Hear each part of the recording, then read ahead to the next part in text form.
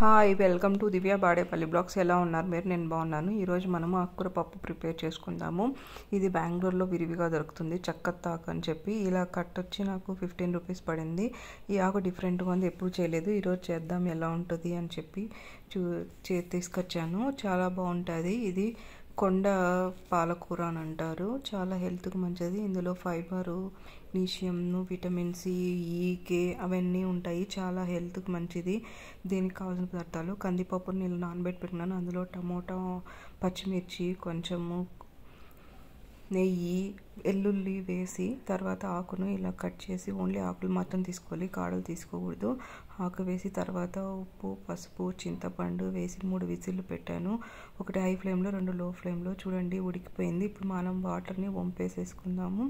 Water ఉన్నందుకు మనం పప్పుగుత్తితో smash చేస్తే మెదగదు, అందుకని చెప్పి వాటర్ వంపేసేసి ఇలా పప్పుగుత్తితో స్మాష్ చేసుకుందాము.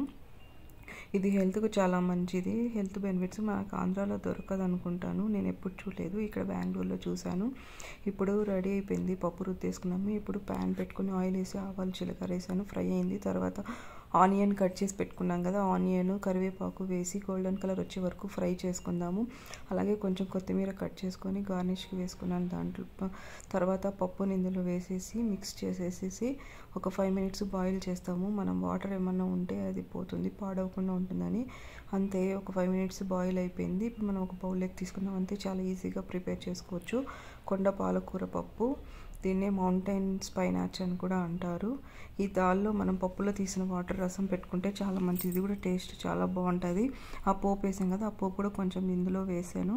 తర్వాత పెనం ఆ సేమ్ ప్యాన్లోనే వేసి బాయిల్ చేస్తాం 5 మినిట్స్. అంతే, పప్పు రసము 2 రెడీ అయిపోయింది. పిల్లలు ఇష్టపడి తింటారు రసము. ఇలా నేను రైస్లోకి పప్పు చేసుకొని తిన్నాము. సూపర్గా ఉంది. మీకు ఈ వీడియో నచ్చినట్లయితే మరిన్ని వీడియోస్ కోసం నా ఛానల్ని సబ్స్క్రైబ్ చేయండి.